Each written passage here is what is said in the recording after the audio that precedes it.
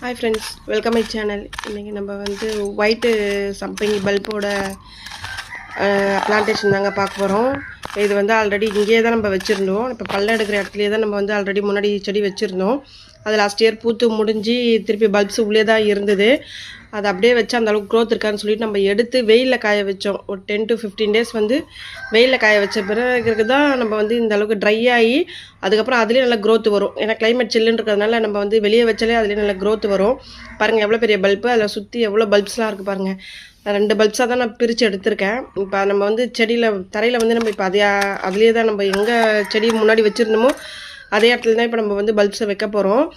Bulbs அதிலே வச்சுட்டு அந்த நுனிலாம் மட்டும் வெளியே தெரிகிற மாதிரி, ஏன்னா நல்லா க்ரோத் இருக்குது வெளியே, அது வெளியே தெரிகிற மாதிரி வச்சு ஃபுல்லாக மண் அணைச்சி விட்டு நம்ம அது மேலேயே வச்சாலே நல்லா க்ரோத் இருக்கும்.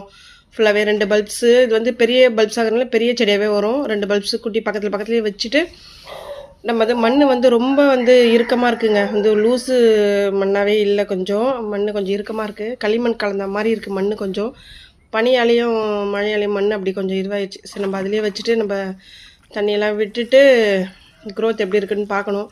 பார்த்துட்டு ஒரு குட்டி சாமந்தி நாற்று தாங்க இது. வந்து நம்மக்கிட்ட இப்போ சாமந்தி செடி நிறைய இருந்தது, எல்லாமே போயிடுச்சு. எல்லாம் மழையில் எதுவுமே வந்து மெயின்டைன் பண்ண முடியல. ஒரே ஒரு நாற்று மட்டும் தப்பி தவறி ஏதோ வந்திருக்கு. சரி, அதை மட்டும் ஒரு சின்ன ஒரு பாட்டில் வந்து ரீபாட் பண்ணிடலாம், எப்படி வளருதுன்னு பார்த்துக்கினேன். ஆக்சுவலாக சாமந்தி வந்து ஆற்று மணல்லையும் எம்சான்லேயும் தான் நல்லாவே க்ரோத் இருக்கும். இந்த மாதிரி மணலில் எப்படி வருதுன்னு தெரியல, அதனாலே செடியெலாம் வந்து ஸ்பாயில் ஆகிடுச்சு.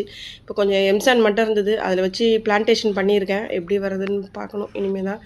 சின்ன பிளான்ட் அது இலை உடச்சி எப்பயோ வச்சுருக்கிறதுல வந்துருக்குது. நம்மளது வந்து நாற்று ஒரு 8 நாற்று வாங்கி வந்ததில் ஒரு 3-4 நாற்று முளைச்சிருக்குதுங்க, கோஸும் காலிஃப்ளவரும். ஓகே ஃப்ரெண்ட்ஸ், நம்ம